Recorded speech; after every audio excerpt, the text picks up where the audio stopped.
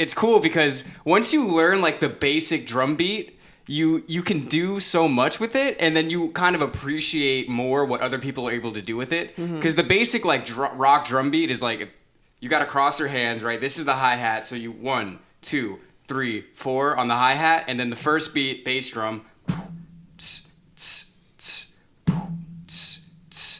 and then the third beat, then you have the snare, and that's like yeah. Sorry, I thought you were counting me in. Oh, should we do it? No.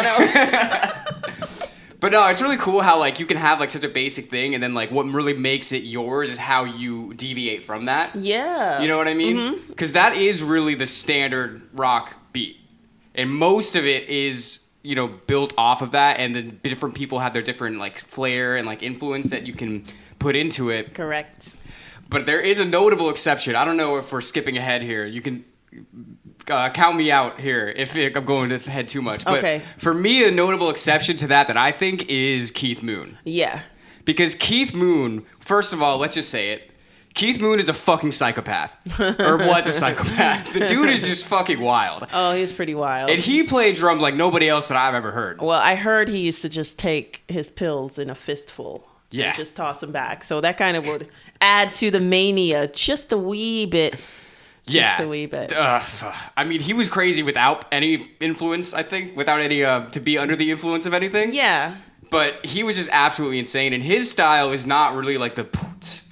No. His style was basically just fills on fills on fills that just never really stop. Yes. And obviously, we're talking about Keith Moon from The Who. So this is from The like... Who? The what?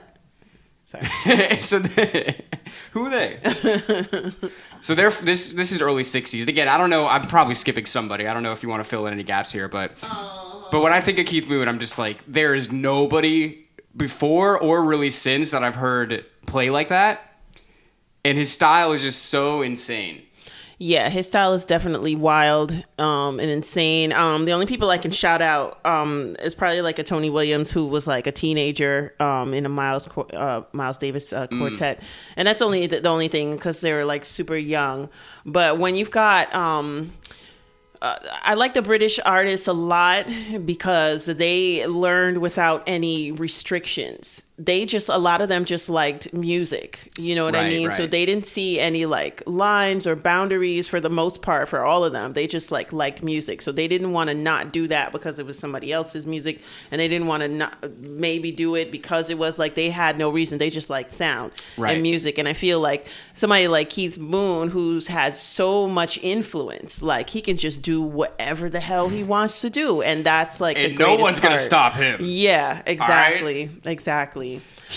My favorite part about him is that he really plays drums like how his personality is. Yeah. Like if you watch any live footage of The Who and you see Keith Moon, not only is he doing all these like crazy faces, but you can tell just by the way that he plays drums that he really is wild. Yeah. He will sit still in a picture and you can read his whole personality. Like there's no lying in that artist in particular. So that's that he was the drums. Like, you know what I mean? Just all over the place. Yeah. Up, down, like in, out, loud sounds, heavy sounds. Like that just was him. And a lot of people are the music or are the instrument. And that's what made him kind of cool. Oh, another thing I just remembered. I wanted to go back to Keith for a second because most drummers, they sync up with the bass player in the rhythm section.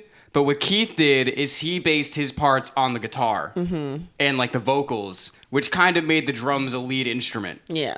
Which you could only do because your bass player was like one of the greatest bass players also, and he can really hold it down. But I got to go back to that because that's just as influential as his like, all fill kind of style.